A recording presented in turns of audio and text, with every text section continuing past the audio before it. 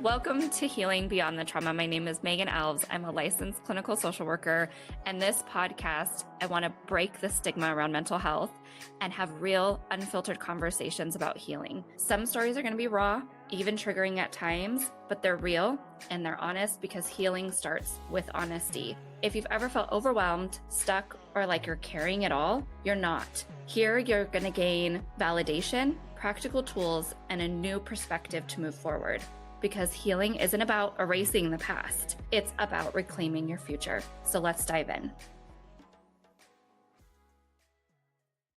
Hi, and welcome back to another episode of Healing Beyond the Trauma. My name is Megan Alves. I'm a licensed clinical social worker, and I'm so excited to have this conversation. We're actually bringing in some education today, and we're just going to have some raw, honest conversation on women's health and hormones and just trying to gain our empowerment back when there's a ton of noise when it comes to our health. I'd like to introduce Antoinette Lee. She is a board-certified family nurse practitioner, and she's specializing in women's hormone, thyroid health, and so much more. I gravitated towards Antoinette because she really works on root and getting down to the root cause of things, and education is a big one. And with more knowledge and education, the better decisions we can make. So I'd love to introduce Antoinette to you today and tell us a little bit about yourself and how you got down this journey of what you're Hi. doing. Thank you. Hi, Megan. I'm so honored to be here. Thank you for asking. And it's an honor I get to know you. And I'm sure all the good work that you're doing out there for all the women that you take care of and that you treat and the passion that you have. It's super awesome.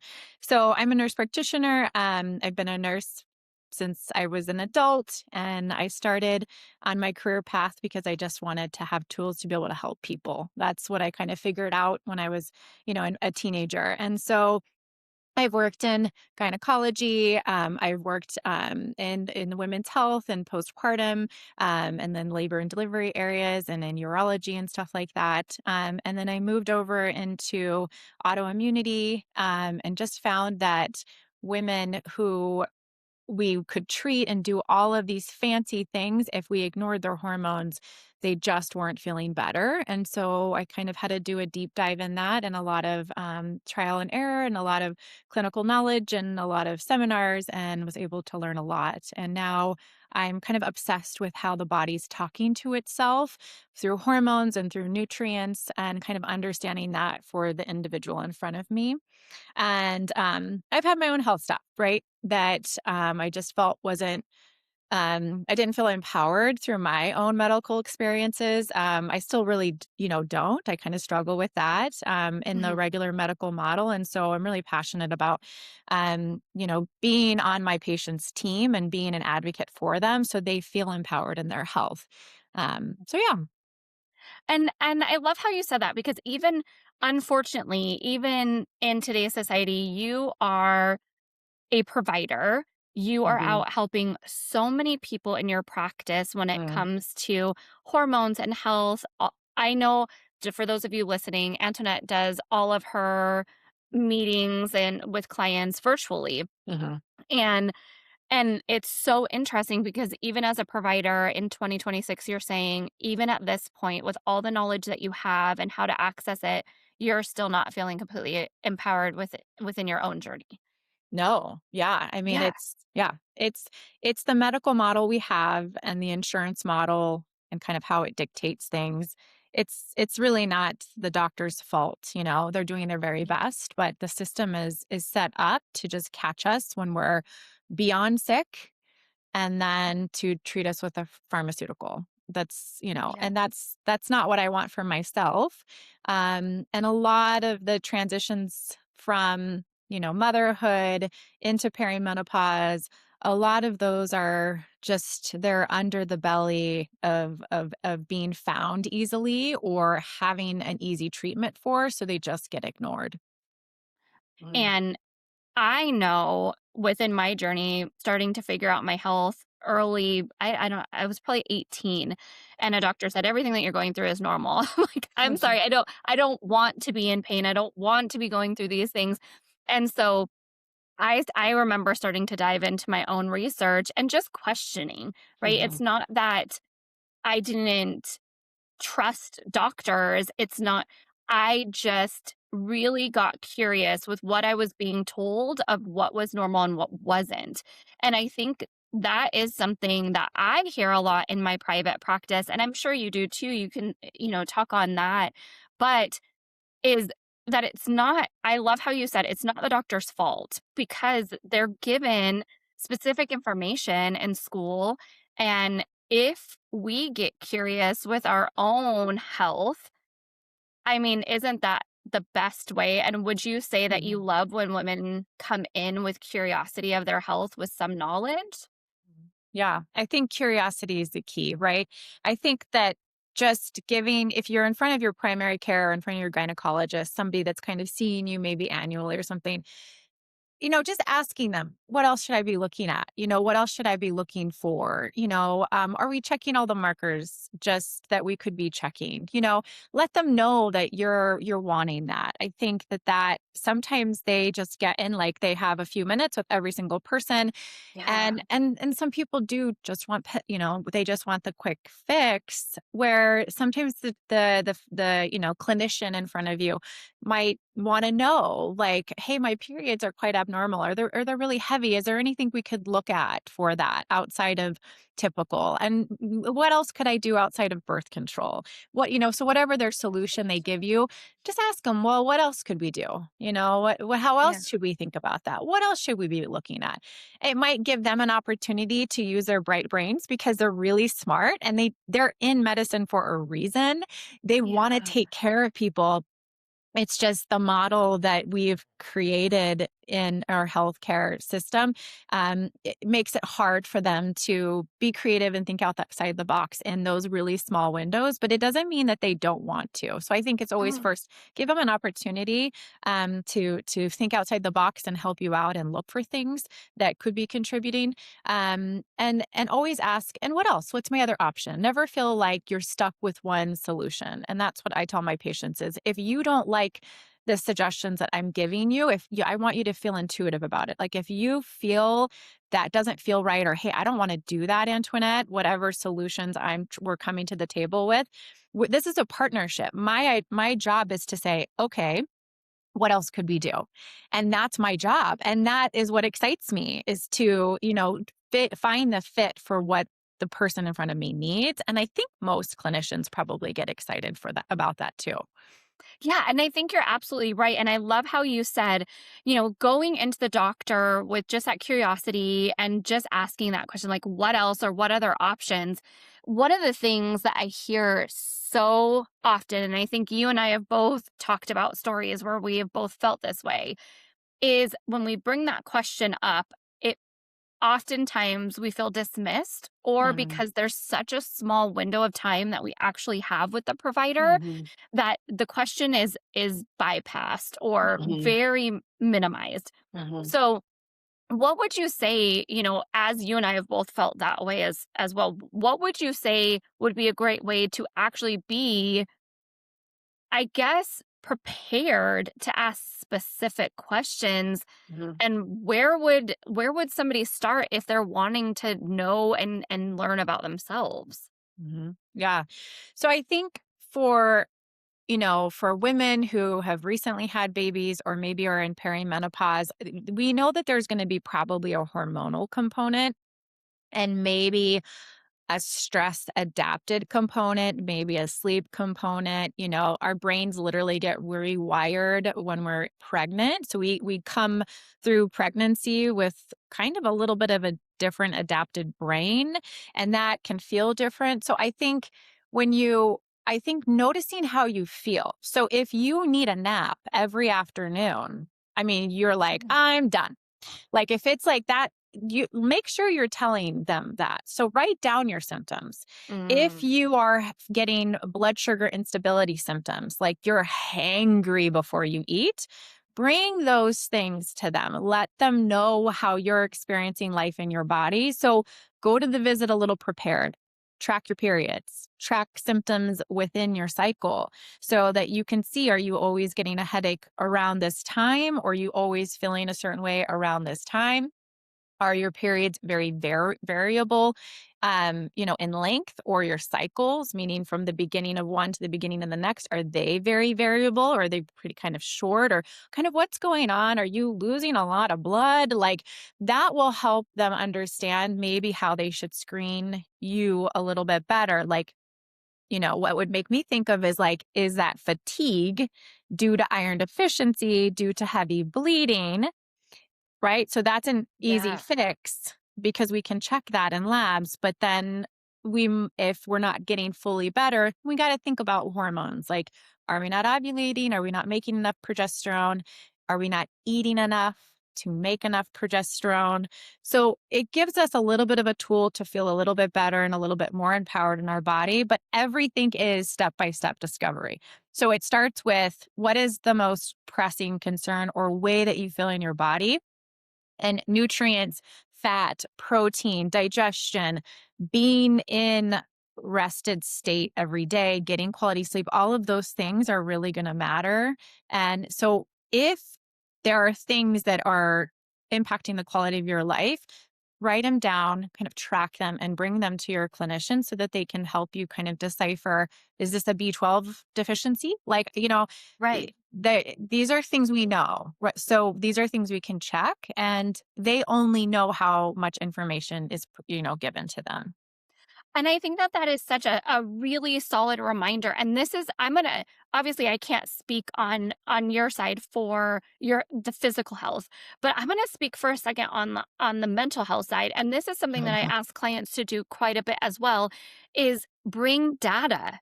Right? Mhm, Bring me data. And oftentimes I hear the biggest question is, how do I start to track these things?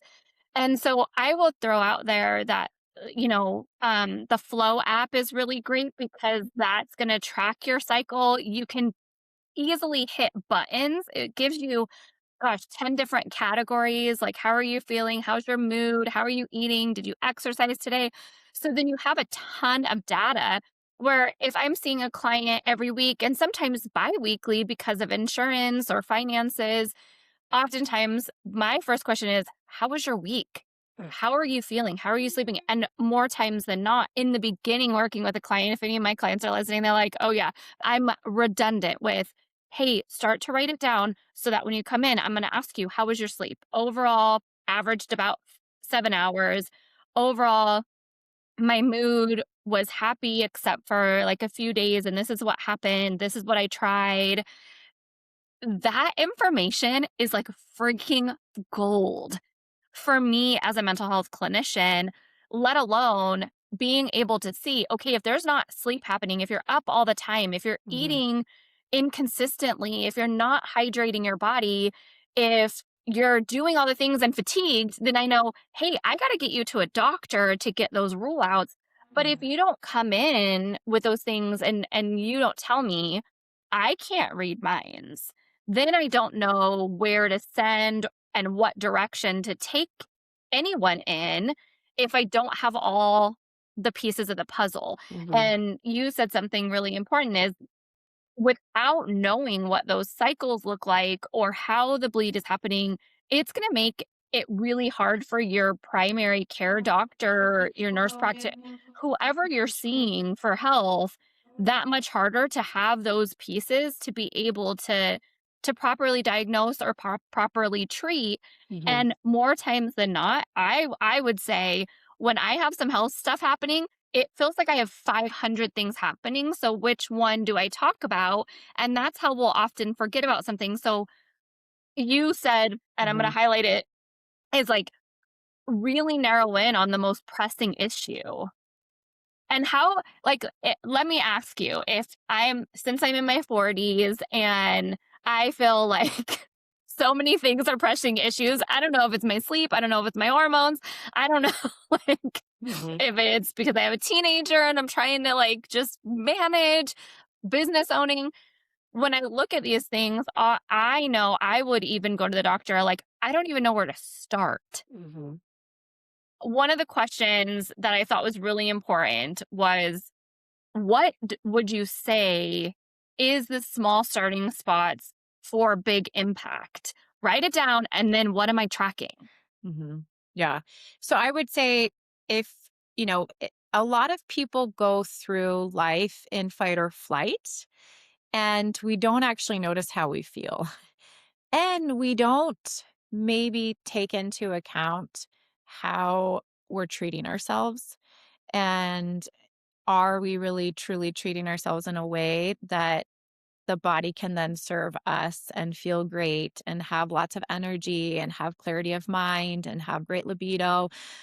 Are we treating that body, that way? Or you know, are we treating it in ways that are not going to serve us? And so I think take having a ritual of self-pause is a really great thing to do. Having something built into your day where you are having some tea or journaling, or you're taking a walk where it's not about how many steps you get in, you're just letting the sun hit your face, and you're allowing yourself to just be as present as possible and notice how you feel. And then when you're going through your day, when you do things and you don't feel good, maybe you'll start to notice those a little bit more. So if the food you're eating, if it's cruddy food and you're just running in fight or flight, you don't even notice that you don't feel good from that meal.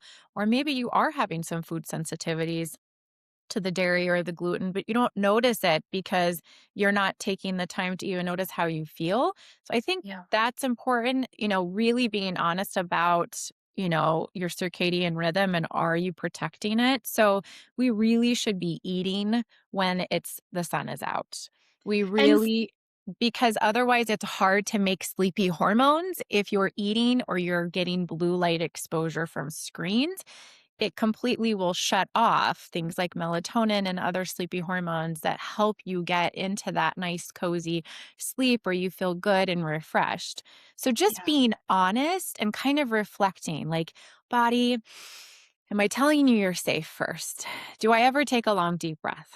Am I feeding you breakfast? Am I feeding you, right? Because if you need to start the day with some food to know that metabolically we're okay and we don't need to store everything as fat, can we start with the beginning of the day? Am I hydrated? Have I been outside and breathed fresh air? Have I taken the deep breaths? How am I taking care of this body? And that's where you kind of figure out, like, okay, if sleep is my problem, that's the thing that I could intervene on. So I can take action and choose to, you know, t- like prioritize sleep like it is my number one thing and not like Yeah. I have to get better sleep and like I'm obsessed with better sleep, but just how can I like just love sleep as much as possible? Do I like dim the lights in the evening and eat dinner earlier and have that cold room that's super dark, and can I stack all of these really healthy habits into sleep? And if you're still waking up even though night after night you're really protecting that sleep and you're not having caffeine after 11 or noon, you've just doing all the things and your sleep's still cruddy, you either can't fall asleep or you're waking up, this needs to be worked Mhm. up.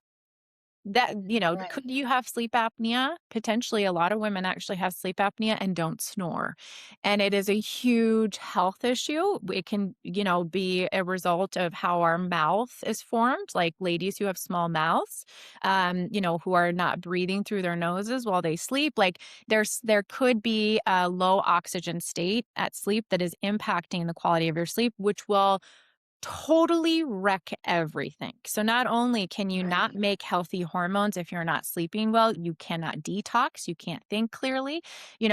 It is a root cause issue. So if you can manipulate it and support it and give yourself that, that's where you start. If you did everything and it's still not working, then that's where we need to figure out. That's where we need to kind of dive into what's the architecture of the sleep that is not working out for you despite you doing everything that you can. So I Right. think I think that is part of it. And you don't have to be perfect all the time, but all of us kind of know the thing that we do the most that is probably not great for our health. So if that Yeah. is eating processed foods, that's where we should say, okay, one meal a day is going to be colorful fruits, veggies, healthy protein, healthy fat, that's one meal. That's going to be my big change. Am I completely dehydrated? I've literally had patients who have all of these symptoms and I'm like, just start the day with drinking water. Let's just see. And they're like, Right. they message me, I don't need to see you anymore. It was just, I was dehydrated. Right. You know what I Yeah. mean? So I think Yes. we all kind of know deep down inside, is it our negative self-talk? Oh, yeah, I love when you brought that up. Do we Yeah. do we say mean things to ourselves nonstop on repeat and we don't even question if we should even listen to that junk, Yeah. right? So Right. how could I know that's something people can work with you on and identifying that and how to reform Mm. it, but like first it's even noticing that you're not nice to yourself, Right. Just like right? you said. So, first and foremost, being able to understand our emotions, how we're actually feeling, giving permission Mhm, to check in with ourselves. I mean, I've met so many men and women that they'll mhm, come in and I'm like, how are you feeling? They're like, good. I'm like, okay, that's not even an emotion. mhm. That's just a state of like being. And I'm not even Yeah. sure we understand what that is. Mm, And there's mm, no judgment in that. We just have become a society that is so busy. And I mean, generationally, we wouldn't check in with like our emotions very well. It mhm, wasn't something that was mm, gifted to many of us. So mhm, there's no good, bad, or right or wrong. But the biggest thing is if we don't understand how we're actually feeling and be able to name those emotions, then it's going to be really hard for a provider to be able to help you through that. So that is an area that anyone can gain so much control in. And I love how you said, like, the permission to pause. mhm, Like, mhm, we have to create some spaces that are mhm, non-negotiable for us to mhm, pause and check in and, like, getting in tune with yourself. As wooey as it may sound, ladies, it is one of the most important things to do is to slow down, and my men that are listening. This is not just mhm. for my ladies, but Yeah. how am I feeling? What do I need right now? Mhm, Oh, I probably need some water. I've had, soda or whatever today. Let me drink some water. Let me get it in. I'll even share like I don't know, information with me. I used to carry around a jug of water so that I made sure that I was getting enough water in. Unbeknownst to me until I started diving in, doing some research, is I was low on magnesium and potassium and sodium, and so I wasn't even ingesting the right amount of water, which made me feel like I wanted to throw everything away because I was like, here I am doing all this shit, carrying this big old jug of water. And all somebody had to tell me how did I, how could I have shifted when I didn't know what I didn't know? mhm, I thought I was doing the right mhm, thing, but all I needed to do was add some really intentional electrolytes to help my body actually ingest water. mhm, And that's with like, I just got curious with that. And so I love that it's like the permission to get curious and to start gaining power by slowing down and asking mhm, ourselves how we're doing. mhm. Yeah. I think that, we're inundated with being sold things. And it Mm, comes off pretty and it comes off medically literate and it comes off like as, oh, okay, I need to do this. The pressure's high. it is high. Um There's a lot but of noise out there. there's a lot of noise and at the end of the day, it does come back to knowing thyself Mm. and like living in the body at some point during the day, right? Because if we're in the mind's running. We call it the monkey mind in yoga, right? And the yoga poses are to and the breath and the combination of breath and yoga poses to give them a mind something to anchor onto. Otherwise it's just going to go around and create chaos, right? And that Yeah. could be negative chaos. So if we're never asking or questioning or seeing or feeling how we're feeling, and I think breath work is really positive and just simple breath work, taking longer, deeper breaths where your diaphragm is moving. So that means the belly is coming out and in, and that means the diaphragm's moving. That Yeah. improves heart rate variability, which is how the brain and the heart are talking to, ourselves. So I think, you know, there's all of these like fancy things and there's a lot of things to buy and there's a lot of, I mean, we are in like consumerism. It just Yeah. feeds everything. And when we log into anything, we have to assume that the vast, vast, vast majority that's being coming in is trying to sell us something. Right. And so, okay, so if somebody's trying to sell you something, that doesn't mean that's what you need. And so Yeah. give yourself space to say, am I detached from the things that are trying to sell things to me, and can I be with myself? And that is can be very uncomfortable for people at first. And so you can do it through movement, right? You can do it through a walk. It can be through gentle stretching. Like you can lay down on the ground and just stretch and just breathe. I mean, just moments like that, you don't have to consume it. When in doubt, take a deep breath. Yeah. That's what you should do. If you don't know Yeah. what to do next, just take a deep breath and then maybe another and then maybe another. And Mhm. whatever feels heavy or scary or, whatever's kind of happening and you're starting the spiral, you Yeah. get a little separation from it. And then you can start to notice maybe the stories you tell yourself or what you need. Maybe you're just hungry. you know? So Yeah. I think women and men, but I definitely women, I feel very strongly need ritual. And by that, Mhm. a ritual of self-care. And for some women, a lot of us, we don't see other women and having ritual. So it's a very foreign thing. So ritual is Yeah. anything where we are training the nervous system to be in a state of rest and digest through the ritual itself. So I always use like finding that little corner either outside in your garden or inside, maybe it's a specific chair where you are never on a phone, you're never working, you don't solve problems on that chair, you have a cup of tea, or you read a book, or you only do self soothing things there. Yeah. Or maybe it's a place, that you like to walk to, or maybe it's your bathtub before bed, taking a nice warm magnesium salt bath, an Epsom salt bath, right? Yeah. Um, to get ready for sleep, or maybe it is part of your bedtime ritual and just being in your bed and your bed is only about bedtime things.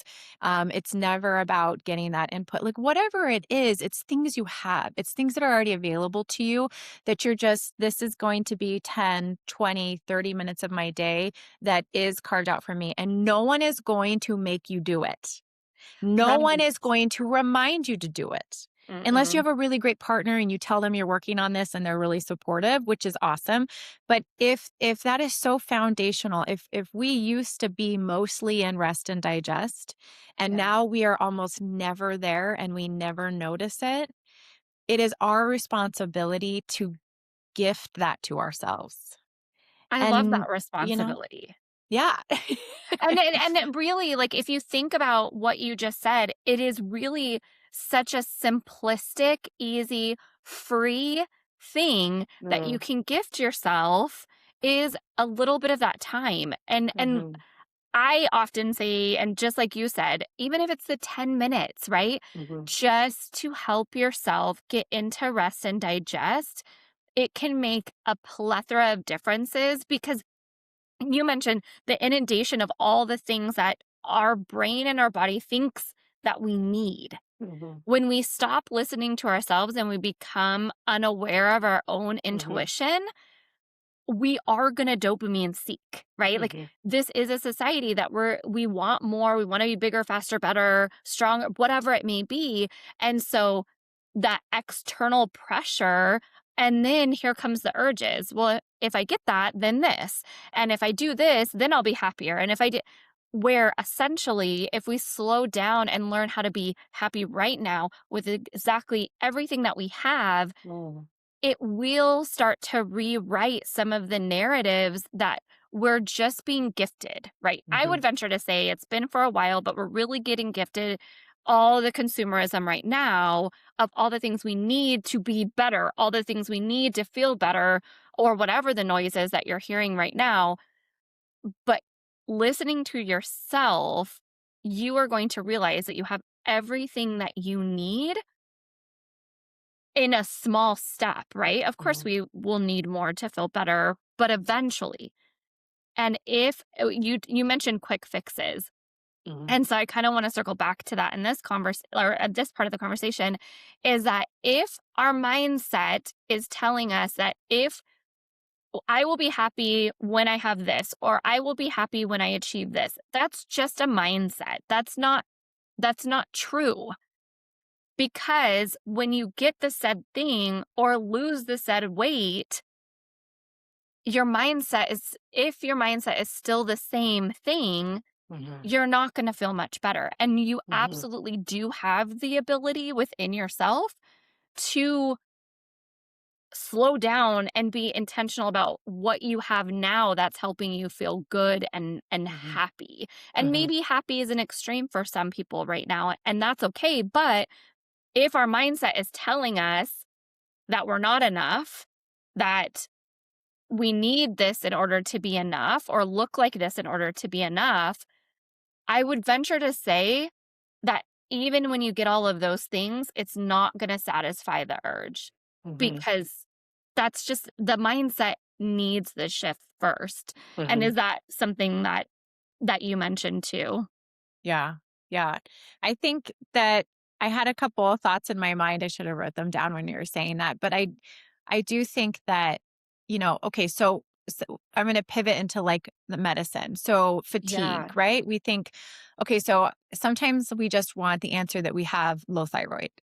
And Um, sometimes we do, and or it's not optimal. Sometimes it gets caught with the labs that we check in medicine, and I think what we were planning on doing was, like, I was going to give a little list of kind of yeah. labs that people could ask their primary to ask for, that are still kind of on the more basic. They're not super nuanced, but a little bit more thorough than what I see most primaries ordering, that could get a little bit more into be more helpful for root cause. But let's say that we truly have somebody who has, thyroid that's optimal. If you're not eating enough, or if you're inflamed, or if you have an autoimmune condition, that medication it's not going to work as well. The Mhm. conversion of hormone to active hormone, is not going to be, we still have to be foundational. We still, when I just went to, or like listened to a peptide seminar, and clinicians were talking about all of the fancy peptides that people are using. And they were talking about a lot of people failing on them, which is not what you see on social media. And this is there's going to be a huge conversation that continues to evolve in this arena. And we're just at the very starting point. So we should probably not jump into things when we don't know a lot about them. But ultimately, I like to know what everyone else is doing, because some of my patients are using these things. And, essentially, a lot of people are still failing because foundationally, they're not okay. That person is either in a crummy relationship, or they're in fight or flight. And these peptides are not going to be able to fix all of that. Or they're not eating Yeah. enough. So they're not making enough healthy hormones themselves. They can't have a healthy metabolism and a healthy thyroid, because thyroid will shut itself down when you undereat. So calorie restricting is going to be a huge problem. I mean, so the message is, our body always wants to be in a healing state, but it needs foundations. It needs foundations. Just like when you're raising your little toddler, you're like, okay, they need their nap. We know they need their Yeah. meals. They need their snacks, and they need to bring their water around with them, and they need their cozy, like they only wear two shirts, right? Or the certain dresses on repeat. Like, we're not that far from that. Like, I want to be No. in comfortable clothes, Yeah. right? I need to drink water in the morning, like, and I think I need sunlight. yeah, I definitely need sunlight, I right? need to take care of myself. I need to take showers and you know, basic hygiene so that I feel good and my health feels good when I take that time. And that's exactly, like if we go to the Mhm. checklist of why babies are crying, like Mhm. you just hit all of it. Like Mhm. physical illnesses, yeah, the baby's going to cry, the adult's going to cry, and we got to take care of those. But before we introduce a ton of noise that's coming in, it's got to be these foundational things. baby could be crying because there's yelling in the house. Are you Mhm. internally yelling at yourself as an Mhm. adult? Are you internally talking shit to yourself? Like, Mhm. that's not going to feel good. Mhm. And Mhm. over time, it is going to cause chronic stress on the internal level. And Mhm. so, slowing down with that. And then, more times than not, I see sleep improve. Mhm. I see the relationship with food and nutrition and hydration start to improve because you're nourishing more than just the have to. Mhm. Movement starts to improve because no longer is it the pressure to get the steps in. You Mhm. mentioned that earlier. Mhm. Mhm. I actually just feel good when I get outside and get some sunlight on my face. I don't have to reach this. That could be for a later date of a goal, but just getting outside and getting some movement. Mhm. And now it changes the mindset of like, I have to do these things and I should be doing this. Mhm. And to like, I get to do these things because I respect this body and love this body so Mhm. much that I want Mhm. to do better for it. Mhm. Yeah. And we're not saying that there's not clinical reasons for to not feel good, right? And that Right. those don't deserve. But I think that what is we're trying to say is are, we giving ourselves time to just notice truly where things are coming from and then using the tools of the providers that we have access to, using them to help us kind of uncover and decipher if it's a clinical issue and how to support it holistically, if that's like all the things. But as we walk towards seeing that provider, can we make sure that our self-care is there? Like, and there's always going to be other things that we want to do, right? Like Right. working from home, I always feel like I should be doing the laundry. And it's like, okay, like I don't remember being postpartum and it was like, I'm like bleeding and I'm like, I gotta do the laundry. And I'm like, what is wrong with me? You know what I mean? At first it's like you have to notice it, right? And I think Yeah. sometimes people have to be like force you into self-care. But Right. when you're like, I don't feel great. And then it's like, this is impacting the quality of my life. And then it's like, okay, where's this coming from and how can I nourish this self and this body so that it can do the very best it can, and then if there's still these lingering symptoms, we figure them out. Is it a Yeah. hormone thing, a thyroid thing? Is it an autoimmune thing? Is it a nutrient deficiency? Is it a total gut issue, right? A lot of things. A good clinician's still going to make you go back to lifestyle and say, let's focus on the foundations to make sure that's not the reason this is happening. And the thing I was thinking of is like, I always tell my patients is if you're struggling to find like joy or pleasure, um, just start to look for it Mm. because it happens for most of us, but we're rushing and we don't linger in it. And I think that women are supposed to linger. We're supposed to marinate. We're supposed to receive things and take them in. And when we are in this multitasking, multi doing, all of the things, the checklist never ends. I mean, like, all of the things and whatever is on our plate, it's never enough. And we're always rushing, like the rushing woman syndrome, right?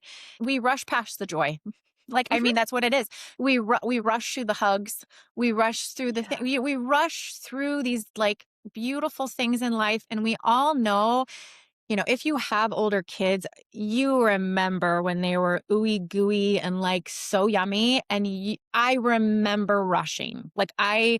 I remember being present, but I remember the back of my mind, like needing to just do Do. so much, like, Yeah. and not be, and not Mhm. like the being. It's just kind of allowing yourself to be without feeling bad about it. And Doing. it Yeah. questions a lot of things, like it's probably been set since childhood. So like most of these things are either things that we do because that's how we got through the situations we got through, right? As Yeah. our brain was developing. And that's how we saw the people around us get through things too, right? So it's very ingrained in us to keep perpetuating the cycle because it feels the safest because it's the most known, but it doesn't mean that it's serving us the most. So if we Yeah. can just first look for moments of joy and pleasure, right? Out of curiosity and fun. And then notice like, oh, when I talk to that one girlfriend or I see that one person, I feel happier, right? Yeah. Or like, just when I do that one thing and maybe it only happens once in a while, that feels so good. Okay, that's what I'm going to move towards. I'm going to do more of that, right? And Mhm. if you don't notice what it is that you like and what you need, how Yeah. can you ask for you're just going to keep buying more and looking for more outside of you when it's on the inside, right? Yeah. It's just kind of like I had one of my kids when they were a toddler and they were upset. And we would kind of get close to like a meltdown. I would just be like, do you need a hug?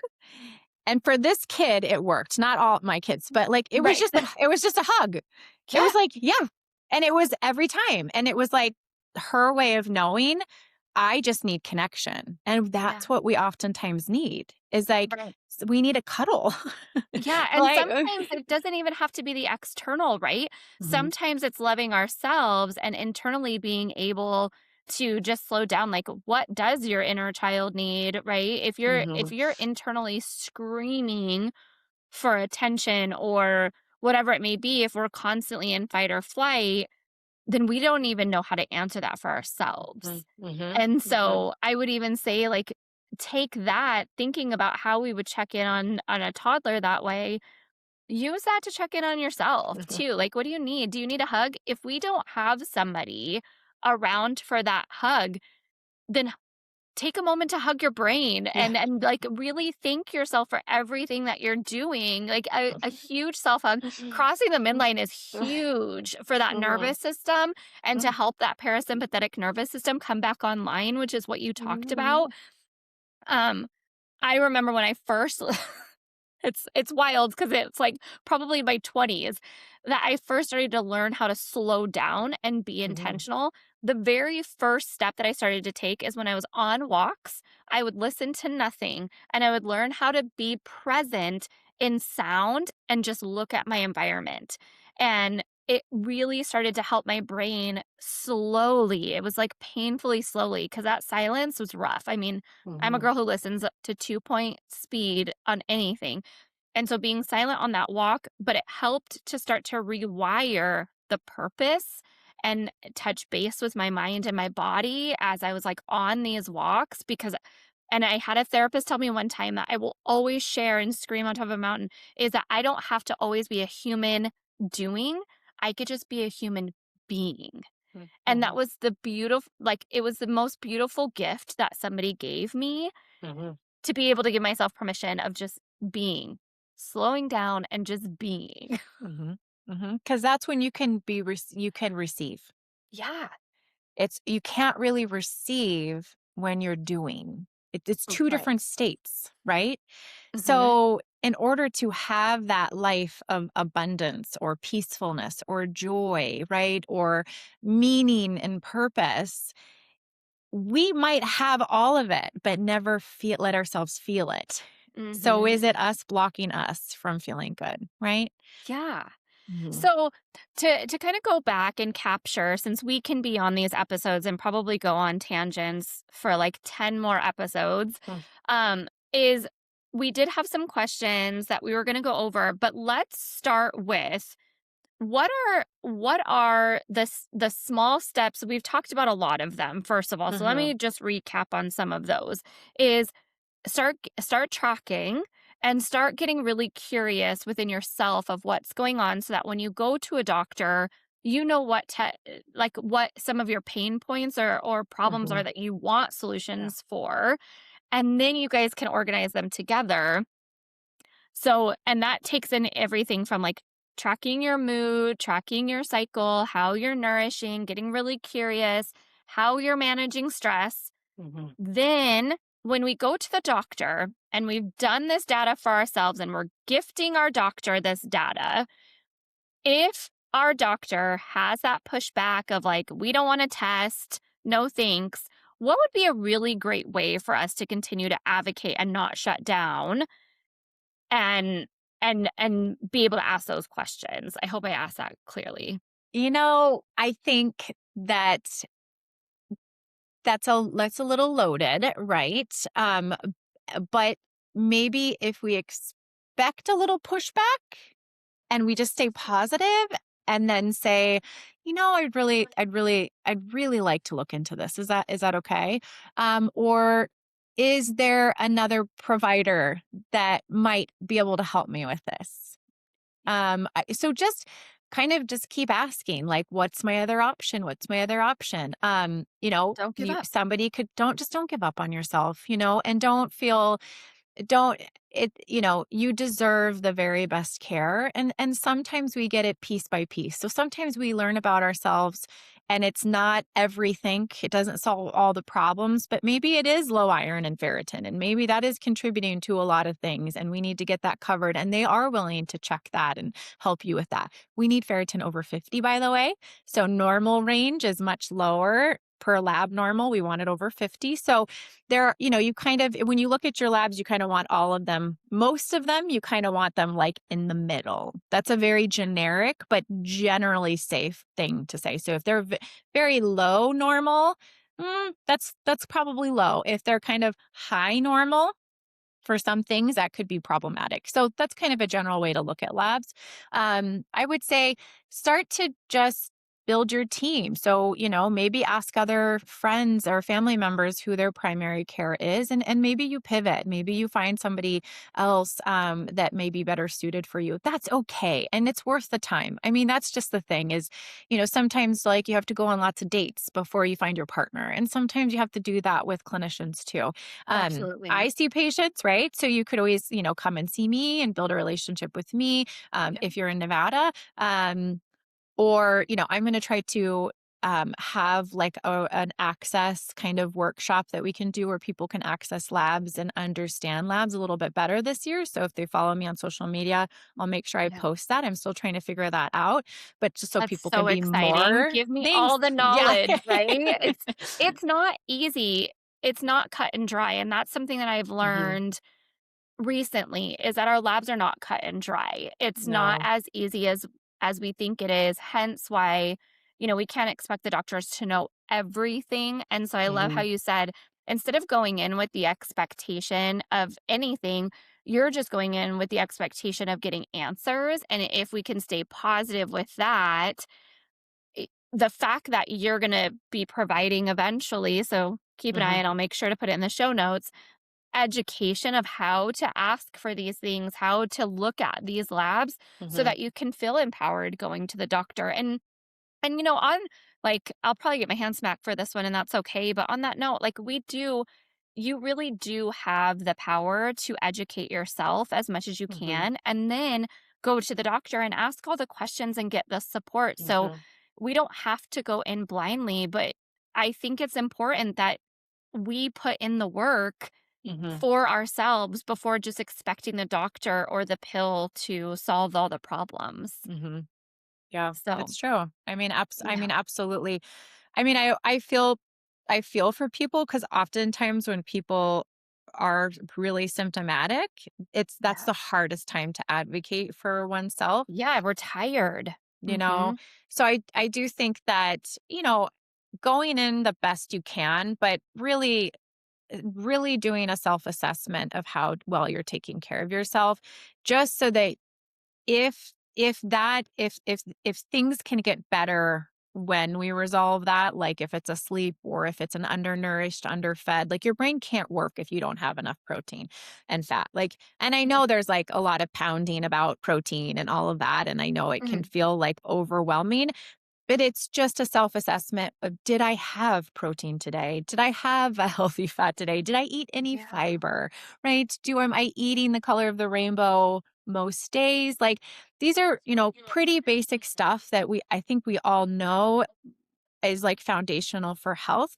But I think if we start there and then we can say, it's definitely not, this, and because I'm still feeling this, then you've taken that question out of their mind and maybe they'll be willing to check more labs as well Yeah. and help advocate for you a little bit more. Mhm. And share things with people. If you never know, like, I mean, you can always look up, like, what are the most common clinical nutrient deficiencies that cause anxiety.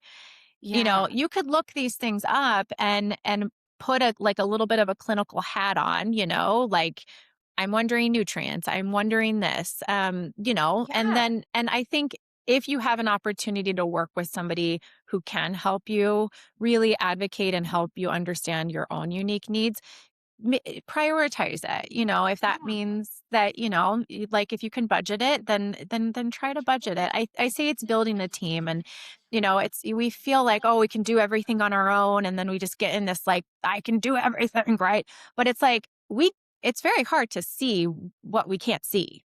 Right. And And know if what we don't know. Yeah. So if, Yeah. you want to build that team, right? And it might take a while, but if people come along and you're like, oh, yeah, I really want you on my team, get them on your team. You deserve it. It doesn't mean I it's a love that. forever Yeah. thing, but if that's, your next best step, then that's where, that's the direction that you want to go into. But, you know, I think expecting your primary and, the gynecologist and stuff like that to do these deep dives and to fix all, to be able to kind of look at you holistically and all of that, it's not the way the system's set up. So if you know that going in, and you want to rule out certain things, like, I have a family history of thyroid disorder, right? So my Mhm. mom and my aunt all are on thyroid medications.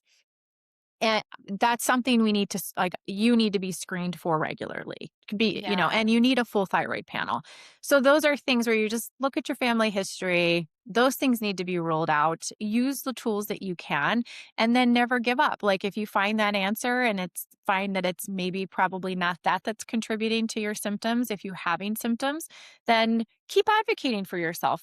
Everyone deserves to feel good and live the life that they want to live. And that is a personal choice. So if you choose every single thing that you do, and that you live your life with, I'm choosing to do this, I'm going to do this the best that I can, and I'm going to take care of myself while I do it, how could we go wrong? Right? Yeah, and you said something really important a moment ago that I wanna highlight and just kind of bring some light to is that we should hold patience for ourselves in the process.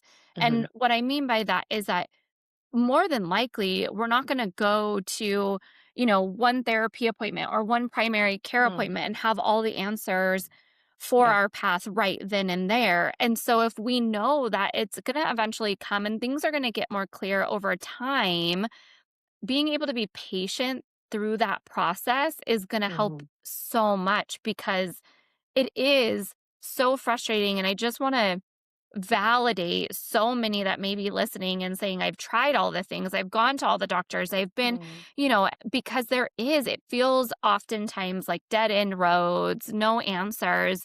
But when we take a deep breath and pause for a little bit and be patient with the process, our brain will be able to come back online, help us research and resource what mm, we do have available to us and how to access that because it is mm, sometimes really hard for our brain to resource what we need. yeah. Yeah. Really hard. Hmm. And with that Hmm. being said is I think it's staying as curious as we can. Hmm. We mentioned like, seeing things on social media. And sometimes if we just get curious about it, not take everything at face value all the time and get curious, we talked about fiber before we started recording. And I remember starting to see more and more information about fiber. And then I started getting curious, like, why is this so important? Why is fiber so important? I didn't know what I didn't know. I'm not going to beat myself up about it. And I started to just take small steps, adding fiber in, researching what foods have fiber, and then I went towards the supplements. Hmm. So Hmm. that can slowly become part of the habits and part of the rituals that I was building in. And I think that that's hard because there is so much noise, but it is just get curious rather than feeling like we have to throw everything in the kitchen sink at it.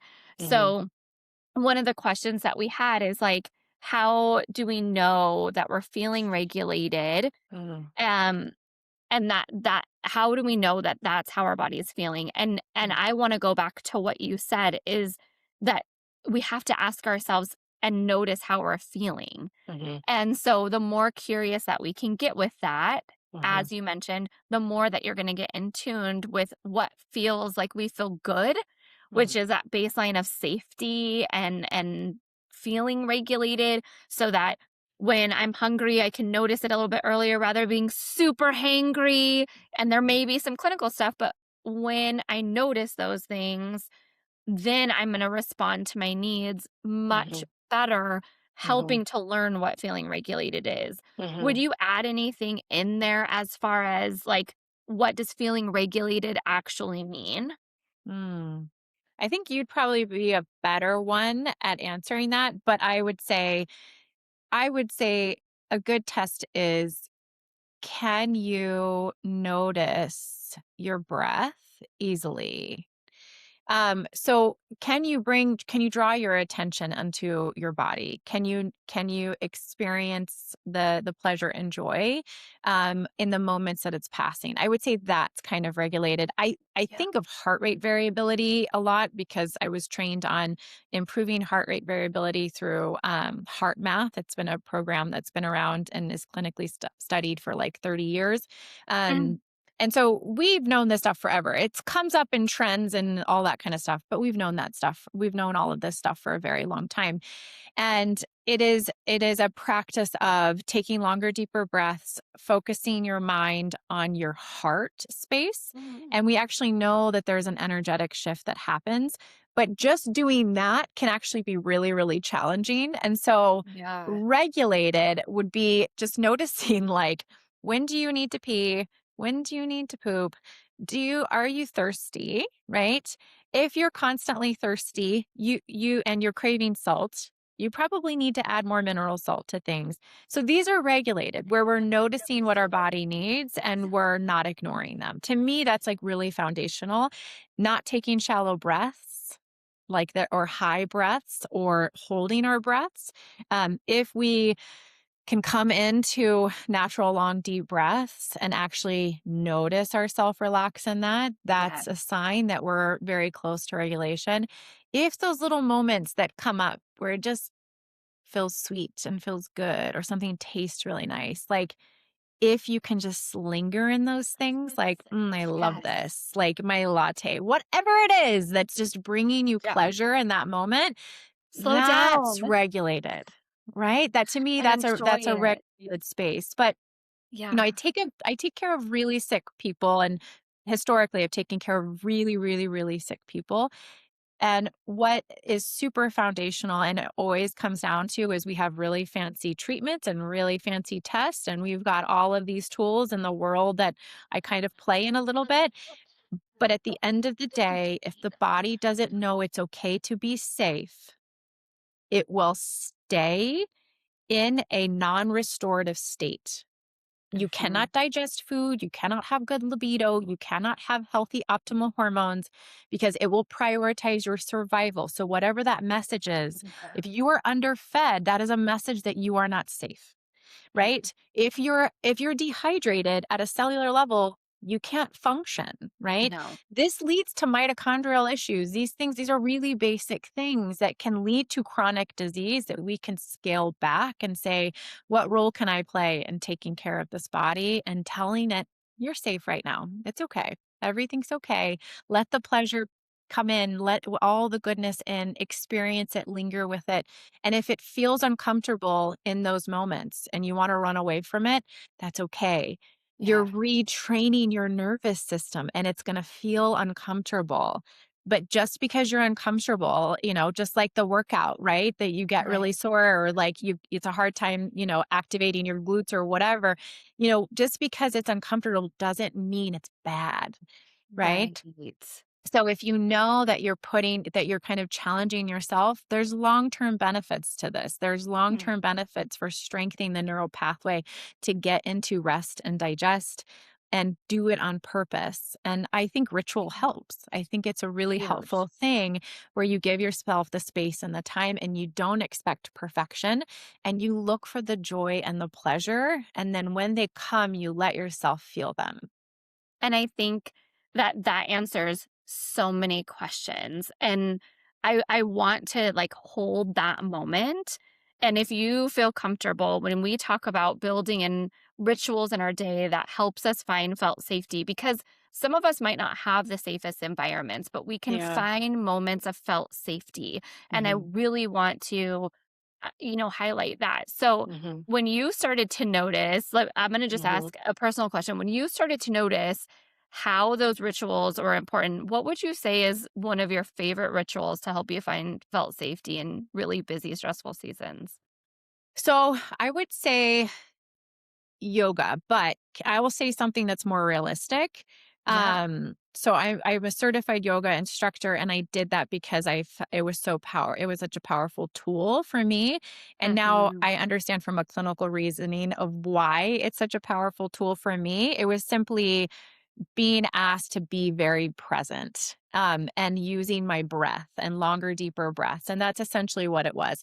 But I always needed to move. And so that was kind of my way of getting closer to a meditative state.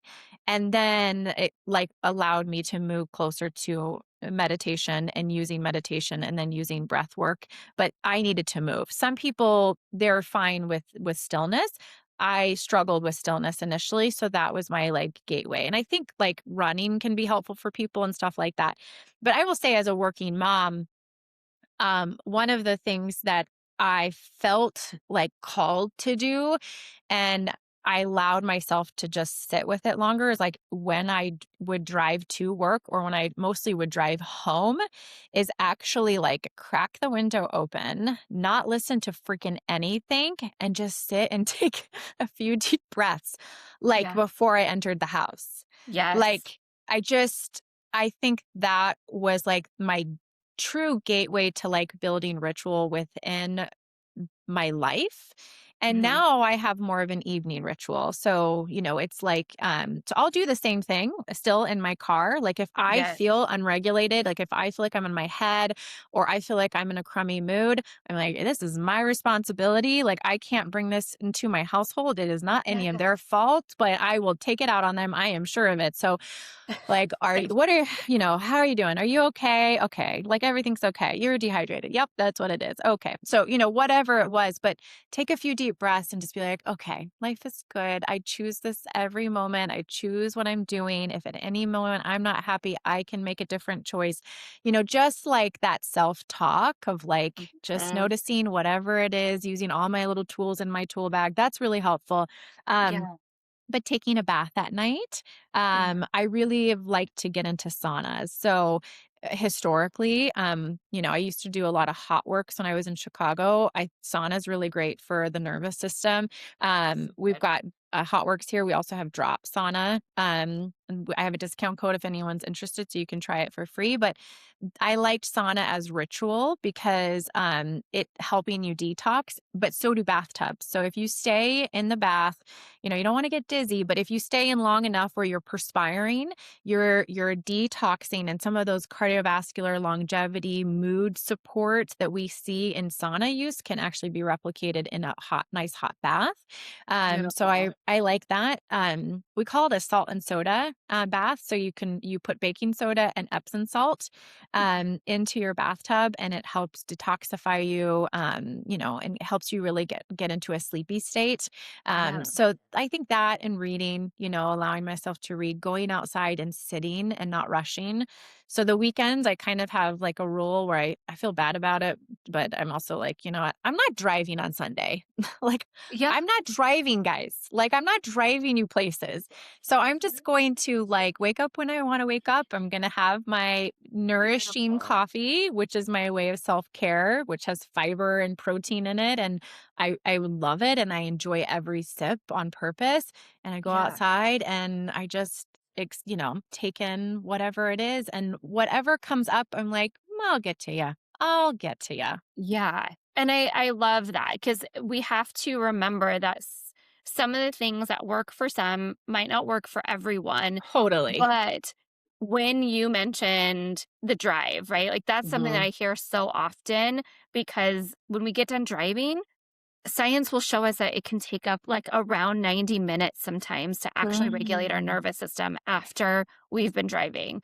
I'll try and find that research article, but it was interesting. So it has really helped me. Like you said, when you get home, you could be so dysregulated Mm. just from the drive alone. Things could be going well, and that nervous system could be just firing, and you just need a moment to help that nervous system calm down, Mhm. take a few deep breaths, maybe tense all those muscles up because you've been tensing while you've been driving and everybody's been cutting, and then release them. Mhm. Like those are some really good ways to reset that. And so I'm so thankful with all the tips that you brought in today. And really I feel so grounded that with all the noise that we have and all the things that we feel like we need to get pulled to, and huge kudos to those that are like accessing on the higher level, but on the foundational level, I think that this is just such a solid reminder that more times than not we have everything that we need to make really good choices for ourselves and get really intentional about getting reconnected with our body. Mhm. And I just love that reminder because it's so busy. We're always Mhm. busy. And those of you listening, you are worth slowing down. I give yourself permission today to slow down, really listen to yourself, listen to the birds, listen to the passing cars, but you don't have to be doing, so that you can start to learn what it feels like to regulate your nervous system. It's one of the I would say it's probably one of the best gifts I've ever given myself. Mm. Yeah, And I I love I that. started with yoga, but I couldn't Mhm. get to a yoga studio, and I found Mhm. clips on YouTube, and instead of doom scrolling, I just made the active decision that I found some great yoga instructors on YouTube, and it was such a Yeah. beautiful start. So, if you're curious about these things, remember that we do have a lot of access to a lot of Mhm. beautiful tools. Get Mhm. curious with it, right? Yeah. Have fun with it. That's a Have you ever heard of Insight Timer? Do you ever use that no, one? Okay, so that's no. you can use the free version of Insight Timer. It's kind Yeah, of like an OG app. It's not super super fancy, but it's got a lot of free, like a lot of free beautiful. recorded different types of meditations, guided meditations. Some of it's just music, some of it's somebody talking. I think for most people having somebody guide you through different Yeah. types. So you Tell can me what to play do. with yeah, so you download it. I think it's my most used app throughout all of app history for me personally when I found it. And I always will go back to it. And I always tell patients to download it. You got to listen to a few different voices, a few different types. You know, it's kind of again like you got to date before you find what's right fit for you. But Yeah. sometimes that can be part of your ritual because listening, being in a certain space or listening to something on repeat and working towards being in rest and digest or being present, those things, it creates the neural pathway to kind of get there and it gets stronger and stronger over time. So I like using maybe a little bit of background music for that. Sometimes if you feel like it's really hard to get out of the noise, Yeah. sometimes using tools like that can help you be guided or be brought back to over and over again what your purpose was. I love that. So that's an also a really that's a free tool that's really, really awesome. They have a I paid version, but the Yeah. free version is like awesome. Yeah, and I think one of the apps I've gravitated to as well to just throw it in there is Bend, Mm, because I don't mhm, always have like the ideas of how to move my body or how to stretch or mm, move some energy. And their free version, I even if I have 5 minutes, I'll just put it on and it's like one stretch to the next stretch to the next mm, stretch, and I just have to watch it and just move my body. I don't have to mm, think through it. I turn off all the noise, and they have a free version too, and that was so helpful to be able to like I don't have to think through. I just need to move my totally. body a little bit, Yeah. or my shoulders hurting, and they have Mhm. shoulder ones. You can go specific. So, I'm going to throw that one out there too because I think it's important to use all these amazing tools that we have in the Yeah. right way to like, for your I mean, the whole purpose of the conversation is to get curious about your health and Yeah. find ways to get control back. So, I just wanna say thank you so Yeah. much Yeah. for, like, joining in today's conversation. I know we probably have 50 directions that we would love to continue to talk about. So, Yeah. if you listen to this episode and still have questions, please send them our way, and maybe we'll get on another call and answer some of those questions and do a little bit more of a fire of question and answer, if that sounds good to you. I love it. Yeah. This was fun. Yes. And I know that we talked about for a second before we end, we talked about ways to access you. So you Mhm. have your social media up and going. It's beautiful. There's tips on there all the time. So please follow. What is your social media handle? I'll put it in the.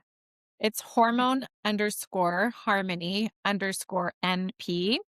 But it's Perfect. also my name, Antoinette Lee, so you can find it that way too. Great. Yeah, if you put it on there, I will get better with posting more frequently, but when I do events, I definitely have it on there, which is a great place. Sometimes they're always typically more reasonably priced, and I try to give as much information, and it's a nice way to be in community. Yeah. So we do different activities, and then if we can do this labs and informational kind of thing and make it more accessible, which is my goal this year, I'll definitely be posting that on there. And it's just you can always ask me questions. If you need some support for something, I'm happy to be a part of this community of people feeling more empowered in their health, or if you're Yeah. feeling confused and you just need a little support on like maybe what's the next best step for you to take or how to think about it, I'm happy to help with those things. Yeah, and if you guys want to learn a little bit more about Antoinette and what she does, the website also is hormoneharmony.health. I'll make sure to put everything in there. So keep an eye for the upcoming education stuff and her website. And she's always building community, so there's a ton of events. Her events are amazing. And community is really important. I think that's something that we didn't talk about enough, and I don't know if we talk about it enough. I think we mentioned it, but reach out. We're both doing things to increase access to community and support. So, thank you again. I hope you have a beautiful rest of your day.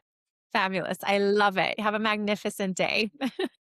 Okay, we had to add on a little something, something. So, a little rapid fire question and answer. So, for those that might have these questions, one would be, where would I start if I'm curious that I'm not feeling great with my hormones? Mhm. Yeah. So a lot of women come in and they're a lot of women, one of their biggest questions to me, or why they ask for care when they do the intake form, is I just want to understand my hormones. So I think what they're saying is I want to understand if I should, be doing something about my hormones, or are hormones contributing to my symptoms, because there's a lot of noise out there. The second thing is some people will come to me having had hormones checked already, but it didn't add value to them understanding anything about themselves. So I help them interpret what is going on with them as a whole person and how those hormones, what's actually going on. So the number one thing that I women need to know, and I kind of had mentioned, like, maybe they're not ovulating and that because they're undernourished is something that can contribute to a lot of symptoms, including anxiety and depression, is having this imbalance of hormones because you're not ovulating. So a lot of clinicians are not checking for that. And one of the first things that actually starts to decline is progesterone. So, It's ask our doctors to check our progesterone levels. during a very specific window of time. So I think one of the things that typically I'll ask people, so gynecologists might know a little bit more about that, but I still see them kind of checking there's only a window of time during your cycle. And that's why you need to know the length of your cycle, because that window of time will determine how long your cycles are in the first place. But there's a window of time where there should be this progesterone to estradiol ratio, and we can see a discrepancy there, where you could be making progesterone, but it's not enough to balance out that estradiol, or you might not have ovulated at all. And that might be part of aging, that might be part of other nutrients and things we need to kind of look at. But that for sure is not going to feel good and can lead to a slew of symptoms that we experience in our body. And progesterone is an underappreciated hormone, and she starts to decline first. So she's the one we really start to go down.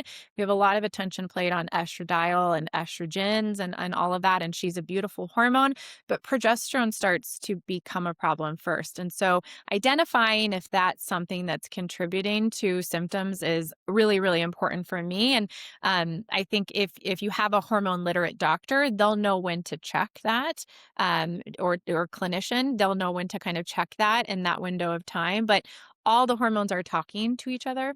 And that's why I'm obsessed with it, is because you can see by looking at all the hormones in a specific period of time of a woman's cycle, kind of how the symphony is playing, and is it playing appropriately, and how can we support these hormones if there's a need of support there. Yes. Okay. So making sure that I ask for that, making sure that I've tracked my cycle Hmm. so that I know when to actually test for that. And hopefully the doctor will tell me, depending on my length of my Hmm. cycle, so that I can see where that's at, which could help a ton of things if I heard you right. Yeah. So if you have a 28-day cycle from start to start, you want to Hmm. get your hormones checked to day 19, 20, or 21, ideally in the morning, off of biotin as a supplement for So probably a important. week. Add thyroid into that as well, thyroid hormones into that, and then add testosterone into that too, but definitely estradiol and progesterone, because we want to see Okay. where their ratio is at. You can have this estrogen kind of dominant state. It doesn't mean that estrogen is too much. It's just she's not being balanced by enough progesterone. And that's something to look at and kind of understand. And there's a lot of things either holistically we can do or pharmaceutically that we can do to support the body in those early phases. And that tends to be where sleep starts to get disrupted, anxiety starts to come in for women in their even later 30s. Sometimes periods start to get heavier, and women start to get breast tenderness, puffiness, and stuff like that when they're not making enough progesterone. Interesting. So those are Mhm. some of the good warning signs to look out for. Thank you for adding that in there. Is there Sure. anything else that you feel like we missed, that question and answer wise, that you want to leave us with? Mm, I no. You're like, a ton, but Yeah, we'll have to come back to all the that. things. Yeah, all the things. All right. We'll have to record another one. Thank you so much. You're welcome. Thank you so much for listening today. I hope you gained what you needed to hear today. Healing isn't about erasing the past, it's about the strength of moving forward. If today's episode resonated with you, take a moment to share it with someone you love, because when we share with love, we help to break the stigma together. If you want to connect with me and learn more about what we're doing over at Mental Summit to break these stigmas, please connect with me over at mymentalsummit.com. Keep showing up, keep growing, keep going together, and remember, you're not alone in this.